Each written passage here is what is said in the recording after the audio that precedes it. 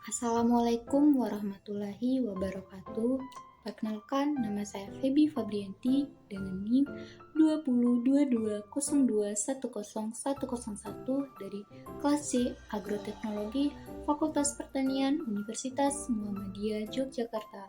Di sini kami dari kelompok 2 ingin melengkapi tugas mata kuliah Teknologi Informasi Komunikasi yang berjudul Personal Branding YouTube mengenai membangun kemandirian pangan melalui eksplorasi pangan lokal. Selanjutnya, Indonesia memiliki kekayaan dan keanekaragaman ekosistem pangan.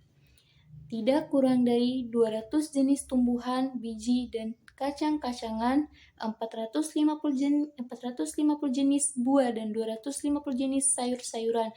Begitu juga dengan sumber daya laut yang memiliki keanekaragaman yang tinggi.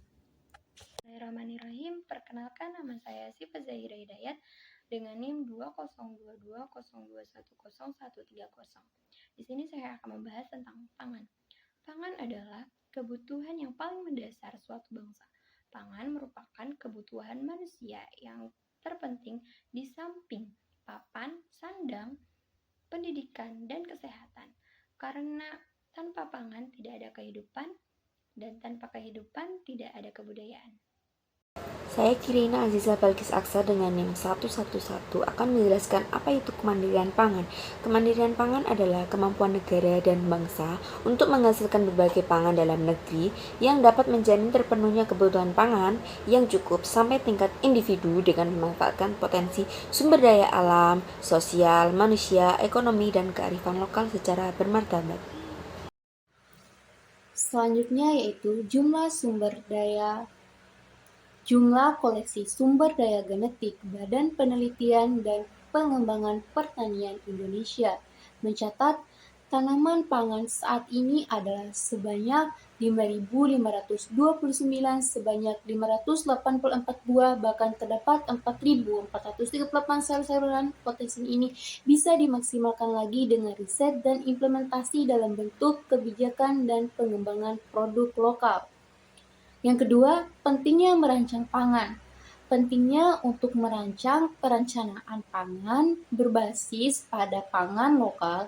Setiap daerah memiliki sumber daya yang berbeda-beda dan unik, sehingga tiap daerah harus membuat rancangan sesuai potensi wilayah. Harapannya, kebutuhan pangan bisa terpenuhi oleh masing-masing daerah sendiri. Tentu saja hal ini memerlukan kerjasama dari seluruh pihak baik pemerintah, akademisi, dan stakeholder yang lainnya. Pentingnya membangun kemandirian pangan. Membangun kemandirian pangan di Indonesia ini sangat penting agar tidak ada ketergantungan bahan pangan dari negara lain. Selain itu, Indonesia negara agrari, lalu pertanian di Indonesia seharusnya bisa memenuhi kebutuhan pokok masyarakat secara menyeluruh dan dapat menghasilkan bahan pangan sendiri. Assalamualaikum warahmatullahi wabarakatuh. Perkenalkan, nama saya Akbar Ramadan dengan NIM 202202108 akan menjelaskan upaya pengendalian pangan di Indonesia agar tidak bergantung pada impor. Pertama, diperlukannya teknologi pangan yang canggih dan memadai. Kedua, memproduksi pangan yang beraneka ragam dari dalam negeri yang dapat menjamin pemenuhan kebutuhan pangan yang cukup sampai di tingkat perseorangan. Ketiga, kebutuhan pokok yang digantikan dengan produksi pangan lain seperti jagung, sagu, gandum, ubi, dan lain-lain. Hal ini juga guna membangun kemandirian pangan. Selanjutnya yang keempat, teknologi pangan dan pengolahan yang efektif serta efisien akan mampu meningkatkan nilai guna dan nilai jual komoditas hasil pangan.